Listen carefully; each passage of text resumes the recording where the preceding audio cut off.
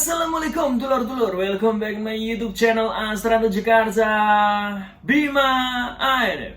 Yang sudah akan tetap tercatat dalam buku sejarah. Perjalanan panjang aliran pencak silat setia hati dari awal hingga terpecah. Tak runtuhkan niatku untuk mencari saudara walaupun tak sedara. Takdirku menjadi seorang warga persaudaraan setia hati Ternate Pusat Madiun Indonesia. Di Jalan Merak nomor 10 Nambangan Kidul Kota Madiun rumah kita bersama. Selamat dulur-dulur, selamat sore. Semoga hari ini menjadi berkah buat kita semua dan apapun yang kita lakukan. Semoga diberikan kemudahan oleh Tuhan Yang Maha Esa.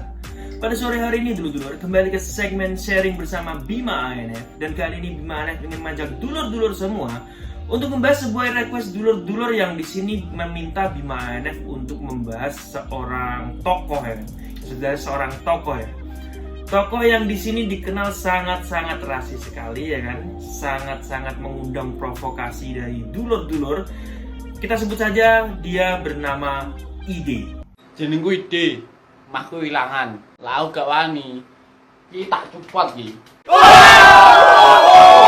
Nah di sini jadi pembahasannya agak menarik ya, yang dimana kita membahas orang yang di sini jasanya untuk organisasi belum terlalu mencolok ya kan, terus mungkin pengabdiannya untuk organisasi juga tidak terlalu terekspos, atau mungkin sumbangsihnya untuk organisasi juga apa ya. Tapi kok kenapa kita bahas? Jadi di sini saudara kita, sebut saja saudara kita ya, saudara seumat, seagama, semuslim, setanah air, sebangsa, Mas Ide ya. Mas Ide ini dia dikenal sebagai tokoh atau raja dari fanatik ya.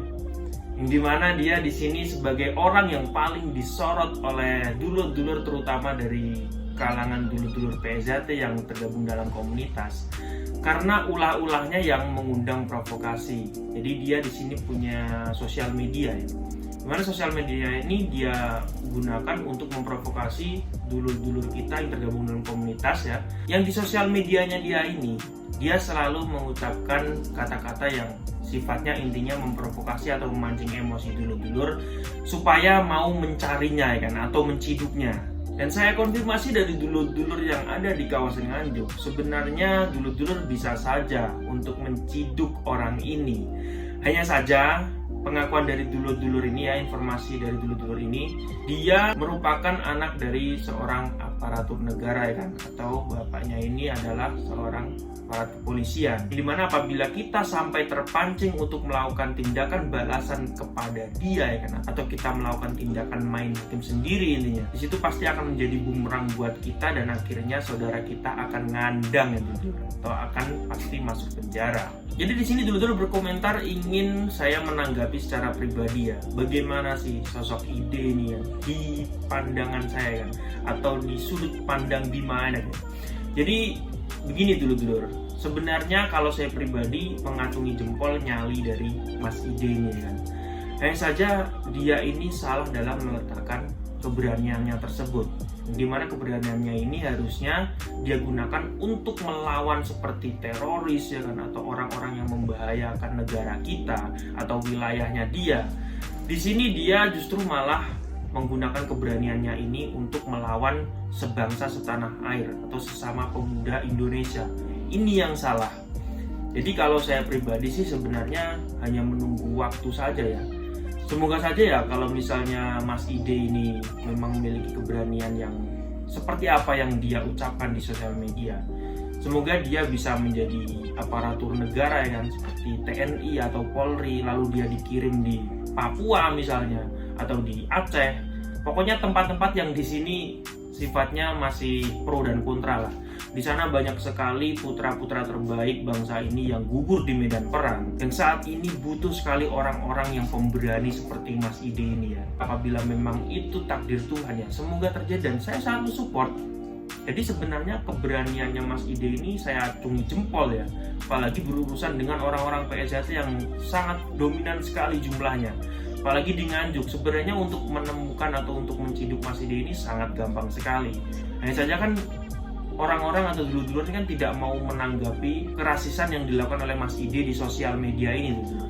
Karena dulu-dulu menyimpulkan apabila terciduk, ini pasti akhirnya akan seperti cerita yang sama, yaitu adalah klarifikasi dan materai dan permohonan maaf ya. Dan saya yakin semua dulur-dulur pun pasti juga akan menyimpulkan hal yang sama. Tidak mungkin ada orang yang berani-berani ya dengan satu orang melawan orang sebagai gitu ya kan. Dia mengucapkan dengan lantang ya kan, orang sebelah kalau misalnya saya tidak berani, nih gambar saya copot ya.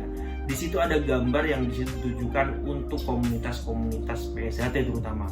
Kita semua tahu lah, kita tidak usah munafik ya, yang dimana sebutan untuk komunitas-komunitas strate bagi para musuh-musuhnya ini itu merupakan kire ya kan, atau komunitas-komunitas pagar rusa dinamakan garangan, atau komunitas-komunitas KS yang dinamakan bedes, atau mungkin komunitas-komunitas yang lain yang kita sendiri sebenarnya tidak tahu apa maksud dan tujuan dari kode-kode internal mereka ini ya kan, menyebut komunitas-komunitas dengan kalimat hewan seperti itu ya.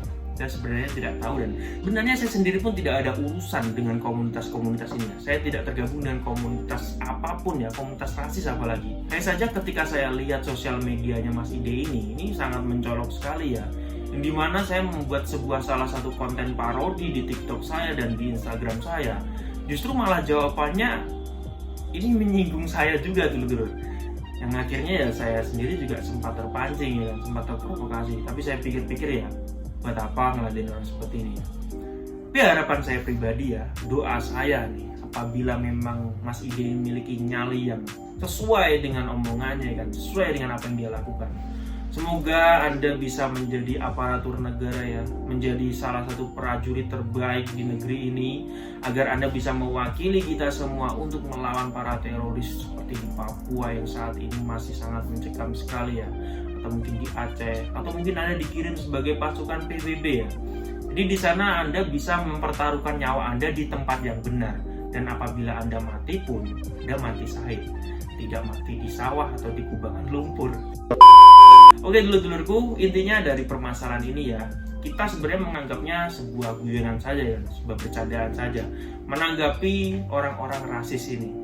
Tapi apabila di situ sudah menyinggung organisasi, alangkah baiknya kita sebagai orang-orang yang mungkin memiliki wawasan atau pandangan yang lebih luas lagi, kita mengedukasi orang-orang ini. Hanya saja khawatirnya apabila orang-orang ini bertemu dengan garis keras atau orang-orang yang di sini saklek, ya ini kita tidak tahu lagi bagaimana nasibnya ya kan. Apalagi kalau orang sudah gelap mata atau sangat fanatik, dibutakan dengan kefanatikan terhadap organisasi. Tahu-tahu diculik, terus tahu-tahu dia hilang dan temukan jasadnya. Jadi apa enaknya ya menjadi orang yang dikenal sebagai orang yang rasis? Apa mau jadi jagoan? Apa mau jadi pemberani? Bukan di sini tempatnya boy. Seperti itu dulur-dulur. Oke dulur-dulurku, terima kasih sudah menonton video terbaru dari Bima ANF, dan sampai jumpa di video ANF yang selanjutnya. Salam persaudaraan.